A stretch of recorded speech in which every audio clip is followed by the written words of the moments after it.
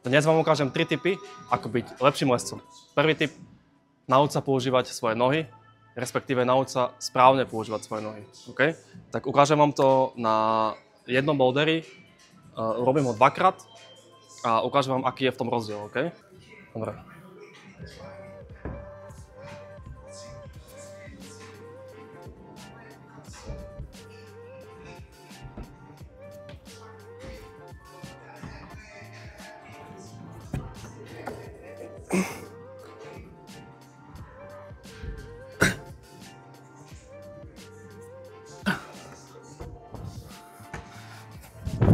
Okay.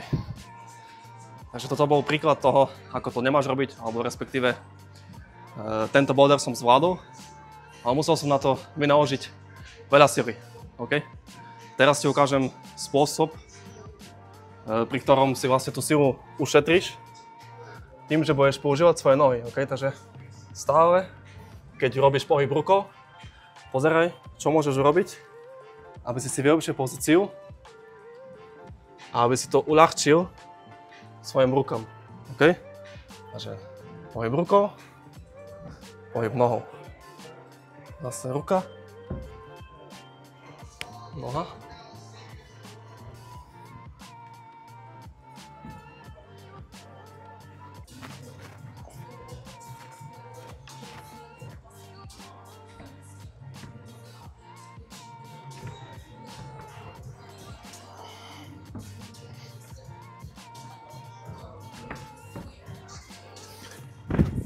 OK. Takže tá myšlienka toho je, že nauč sa používať tie nohy, aby si ušetril silu v tých rukách a potom môžeš zvládnuť viac boulderov za jednu session.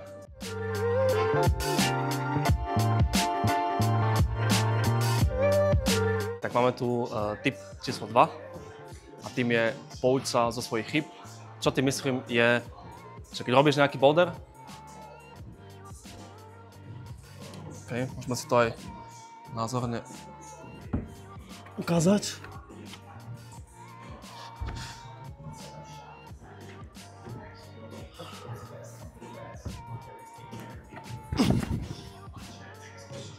Okay, čo tým myslím je to, že keď si spadol z nejakej pozície a nevieš, čo robiť ďalej, tak sa trošku zastal, popremýšľaj, čo si spravil zle, aby si to na budúce neopakoval.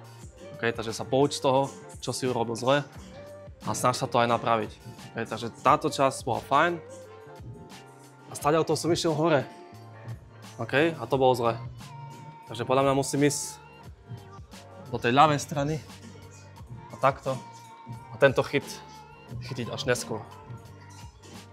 Okay, tak uvidíme, či som tú moju chybu pochopil.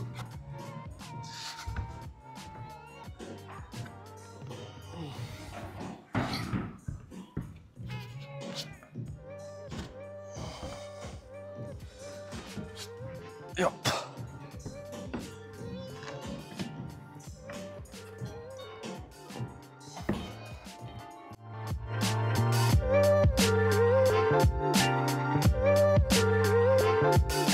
Tip číslo 3 je vizualizácia. Čo tým myslím je, že ešte predtým, než pôjdeš na tú stenu, povedzme tento konkrétny boulder 6A+, tak si predstavím, že ako to chcem spraviť. Takže keď sa pozriem na tento boulder, mal by som ísť pravou rukou, spojiť pravá, ľava. OK, uvidíme, či to funguje.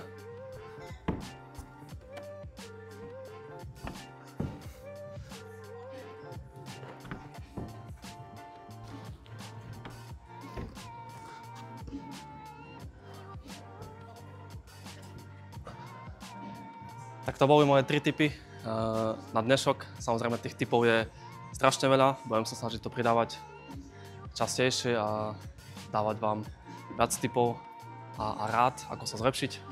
Tak toto bolo na dnešok všetko. Díky, že si to pozeral. Samozrejme nezabudni dať odber, like, koment a vidíme sa pri ďalšom videu. Ahoj.